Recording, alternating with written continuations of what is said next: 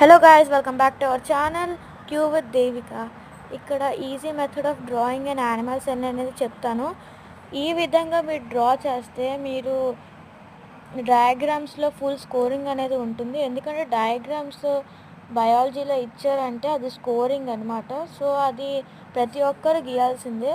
ఇక్కడ టెక్స్ట్ బుక్లో చూసుకుంటే చాలా డీటెయిల్డ్గా ఇచ్చారు, అందుకని నేను చాలా ఈజీ మెథడ్లో చూపెడుతున్నాను. ఫస్ట్ అయితే మా టీచర్స్ అయితే ఇది నాకు చెప్పారు, ఇది నాకు చాలా యూజ్ అయింది కాబట్టి నేను ఇది చెప్తున్నాను. చూడండి, పార్ట్స్ అనేది గీసుకున్న తర్వాత నేను డీటెయిల్డ్ వీడియో కూడా పెడుతున్నాను, అది తప్పకుండా వెళ్ళి చూడాలి.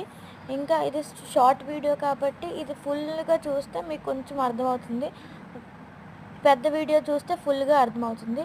ఫస్ట్ అయితే మనం ఇక్కడ వాక్యూల్ అనేది చూసాము, ఇక్కడ స్టోరింగ్ అనమాట. అది రైబోజోమ్స్ అనేది చిన్న చిన్న పార్టికల్స్. మైటోకాండ్రియా అనేది power house of the cell.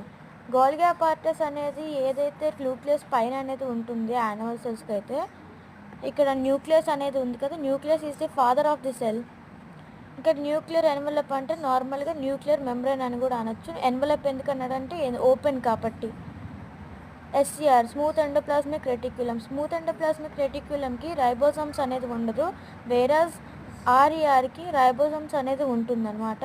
ఏదైతే రైబోజోమ్స్ మనం బయట వేసామో అదే సేమ్ లోపల కూడా ఉంటుంది.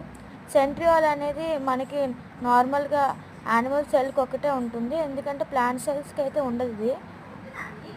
ఇంకా నెక్స్ట్ అయితే ప్లాస్మా మెంబ్రెయిన్. ప్లాస్మా మెంబ్రెయిన్ అనేది అవుటర్ లేయర్, దీన్ని మనం సెల్ మెంబ్రెయిన్ కూడా అనొచ్చు. ఇంకా వేరాజ్ ఇక్కడ ప్లాంట్ సెల్స్కి అయితే 2 ప్లాస్మా మెంబ్రెయిన్స్ ఉంటాయి. సైటోప్లాజం అనేది ఏదైతే ఫ్లూయిడ్ ఉంటుందో లోపల అదనమాట. Thank you for watching. Bye. Thank you.